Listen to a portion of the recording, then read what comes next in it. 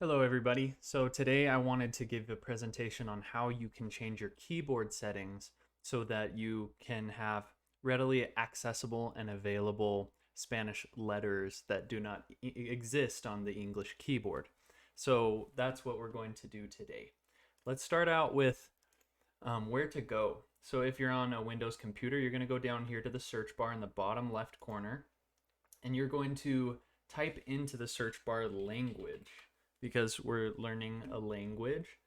Going to go into the language settings of your computer, and down here you'll see preferred languages, and you can add a language.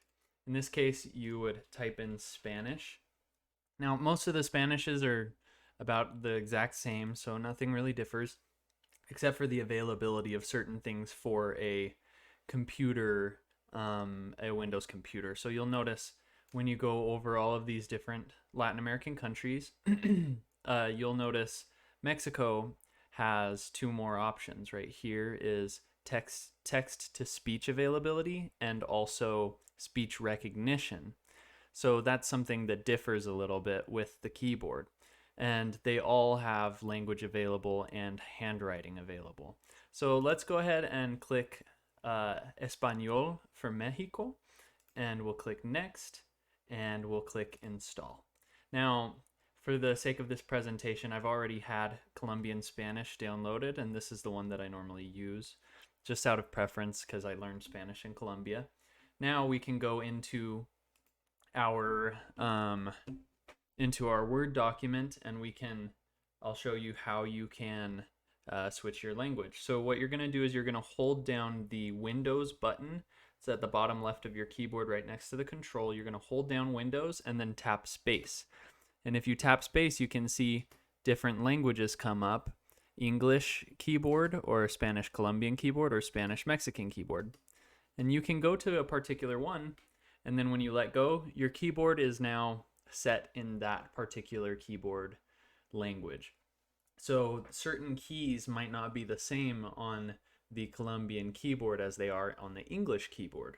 For instance, where there is the semicolon and colon, if I type that with a shift, I get the ñ symbol. And if I type N on regular N, I can get the regular N symbol. If I go to the beginning bracket next to P, if I type that and then I type a vowel afterwards, you'll notice I'll get a little tilde above the E. So that allows for pronunciation emphasis in words. So if a word has a tilde, you'll notice it will have that little pronunciation right above it. And if you don't do it, you won't have that. So you'll notice that there's things in different spots that are completely different than the English keyboard, but as you learn and as you go, you'll be able to use it more effectively.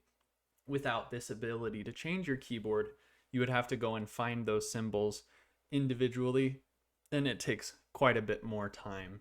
So for that reason, I offer the ability to look at changing your keyboard, and in turn makes it a lot easier for you. So that is how you can change your keyboard to a Spanish keyboard.